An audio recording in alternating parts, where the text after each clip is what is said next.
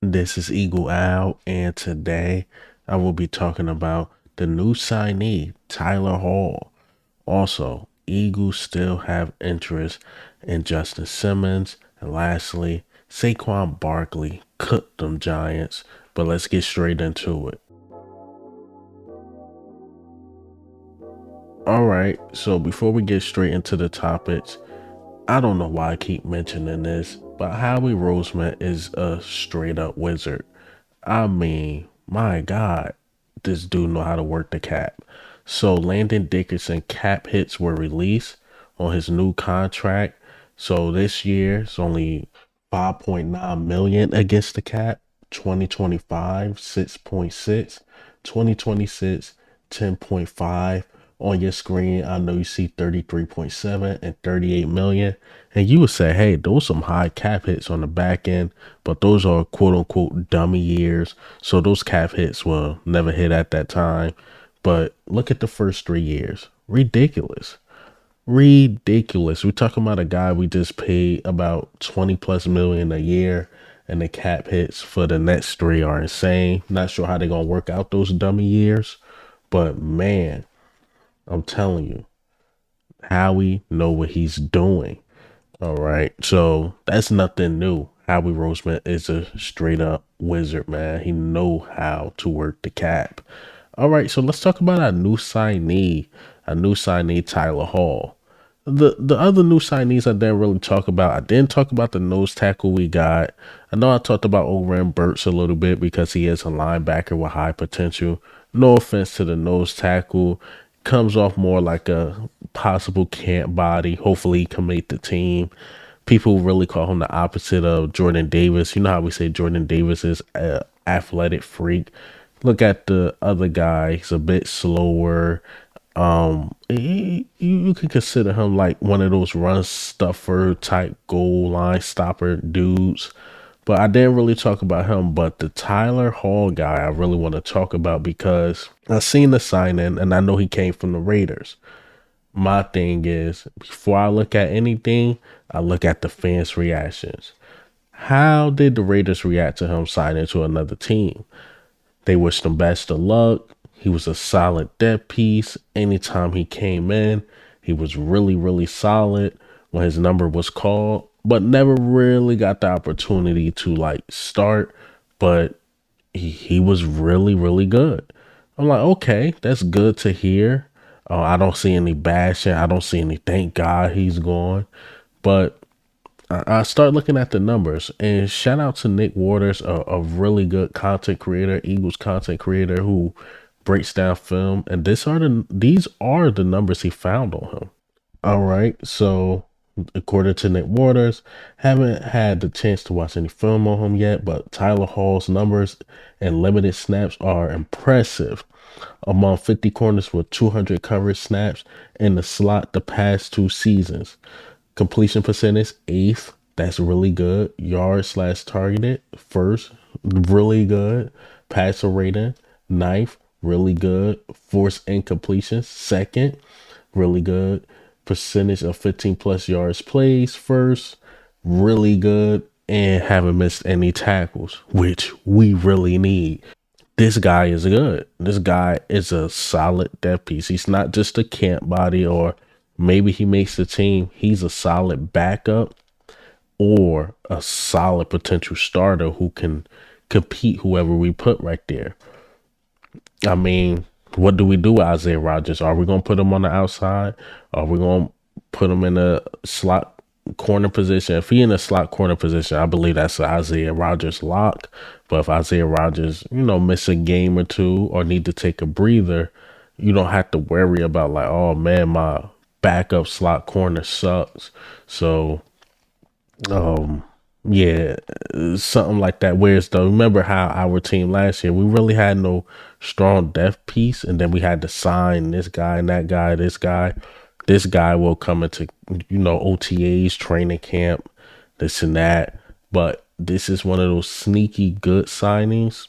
Not the biggest name, but when you look at the numbers, the tape, I mean, he's good. He's really good. So Eagles got him a sneaky good signing, and I like that. I like these signings sometimes. Then the bigger signings, of course, we love the Saquon Barkley signing and the Bryce Huff signing. No, again, the big signings, the C.J. Gardner Johnsons. But when you get these depth piece signings, you want them to be solid pieces. You don't want them all to just be camp bodies because injuries happen. Tyler Hall is one of those dudes like, yo, he's legit. He's a legit good backup who can potentially, I'm saying potentially, take somebody's spot. All right. So let's talk about Justin Simmons. The Eagles still had interest in Justin Simmons, according to Adam Kaplan. I like this. I like this a lot because CJ Gardner Johnson, they not looking at it like the end all be all. Oh, here Vic Fangio is just hollering at Howie Roseman, like, I want this guy, this guy, this guy. And Howie Roseman is just making it happen. But let's listen to the clip of Adam Kaplan stating about Justin Simmons. Now, at least one more guy for training camp. I would expect them to add one. It doesn't have to be today or tomorrow. Yes, they have interest in Justin Simmons, but the word around the league was the money was an issue for him. He's made a ton of money, by the way. Good player. Obviously knows Vic Fangio. He played for him when Vic coach of the Broncos. So we'll see. We reported. You see, the Eagles still have interest. Again, that's good because I don't think CJ Gardner Johnson is the end all be all. He's not the only missing piece. Yes, I like Reed Blankenship. Yes, I like CJ Gardner Johnson for sure, and Sidney Brown. But Sidney Brown is going to be out to October and possibly rusty. To me, you still need that veteran guy. I know a lot of people don't like to hear that for some reason. You still need a solid veteran guy, and I think Justin Simmons can be that guy. Hell, even if you want to bring in a Nick Scott dude as like a special teamer / like backup, injuries again happen. I would say bring him in too. But if you could find a way to afford Justin Simmons as time go on, that price go down, why not? Why not? And again, there's still some good safeties out there. If we can't get Justin Simmons, I know you still got Quandre Diggs and stuff out there, but Justin Simmons is like a top priority pick. And then he fit the system. He fit Vic Fangio's system. He won't have to, like learn too much because he already know it. And he played his best under Vic Fangio. So hopefully we find some way somehow to bring him in. All right, so let's talk about the last topic of the day. Let's talk about Saquon Barkley. So Saquon Barkley cooked the Giants. He had to go in on them. Them G-men, and this is what he had to say. Actually, you know what? This is what his daughter had to say. Funny story with her. She knows there's a lot of history in my career with the Eagles. I remember one time when I was with the Giants and we lost to Philly in the playoffs. We went to diner to get some breakfast, and there was a bird. And she was like, "Daddy, oh no, oh no!" And I'm like, "What is it?" She points to the bird, and she was like, "It's the Eagles, it's the Eagles." And me and Anna, we just started laughing. And I just put my head down. I just kind of start shaking. So when I told her that we're gonna be going to Philly, she kind of was just like, "Does that mean we're going to win now?"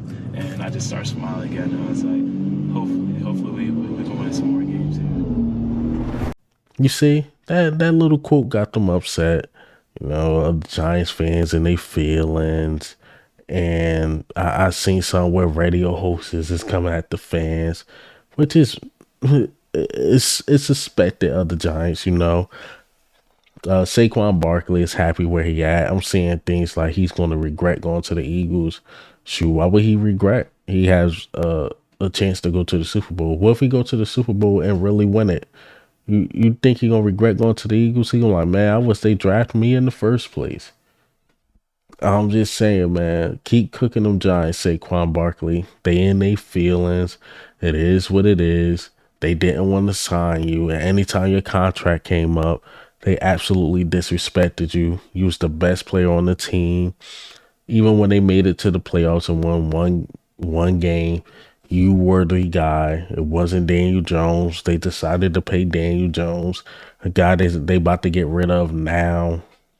It's the Giants' fault. Blame your upper management. Don't get mad at Saquon. But hey, man, what do you think and how do you feel about the news today?